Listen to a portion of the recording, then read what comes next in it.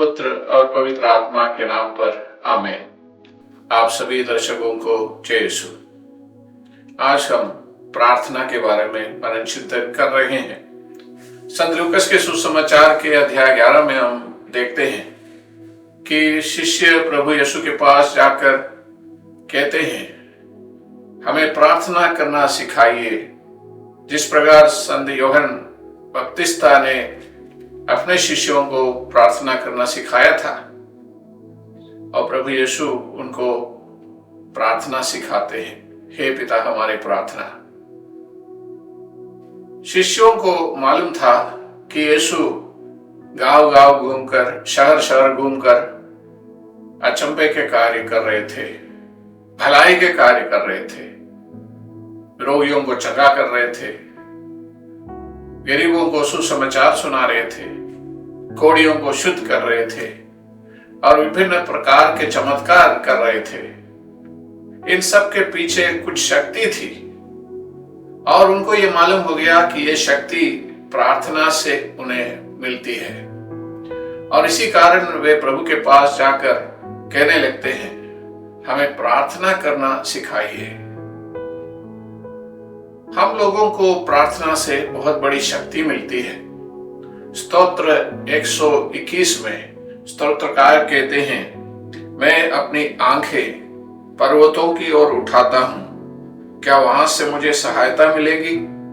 जिसने स्वर्ग और पृथ्वी को बनाया वही प्रभु मेरी सहायता करता है। स्तोत्रकार पर्वतों की ओर दृष्टि डालते हैं, आंखें उठाते हैं और कहते हैं, मुझे वहां से सहायता मिलेगी। प्रभु की सहायता, प्रभु की शक्ति।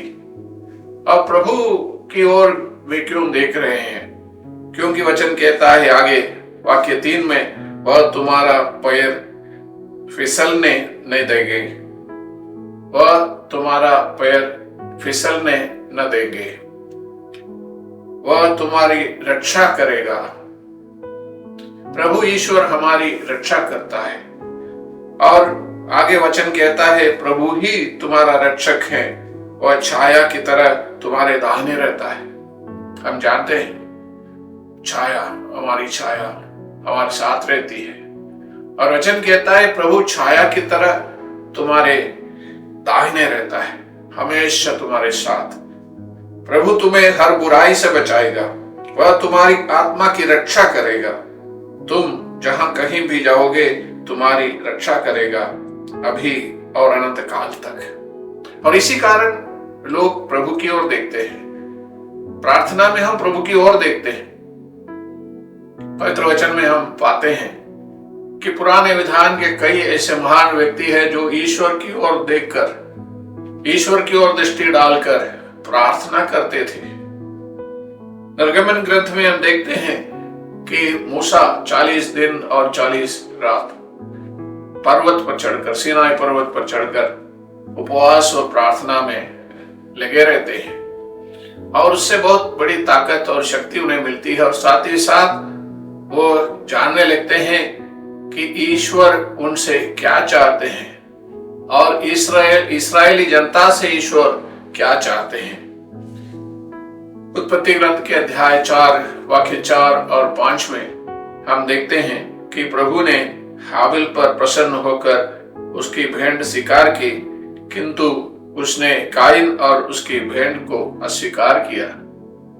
प्रभु ईश्वर हाबिल और उसकी भेंट को स्वीकार करते हैं और काइन और उसकी भेंट को अस्वीकार करते हैं। इसका कारण क्या है?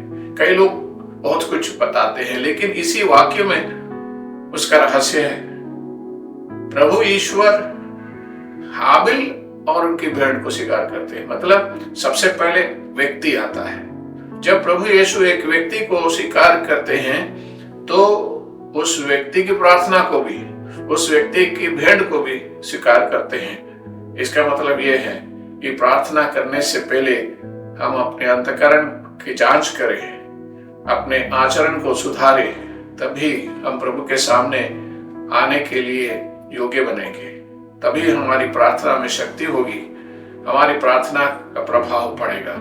तो आइए भाई और बहनों, हम इन बातों पर मन चिंतन करते हुए प्रभु की ओर मुड़कर प्रभु की ओर दृष्टि डालकर प्रभु से प्रार्थना करें कि वे हमारे साथ रहे और हमें आगे चलने की कृपा प्रदान करे।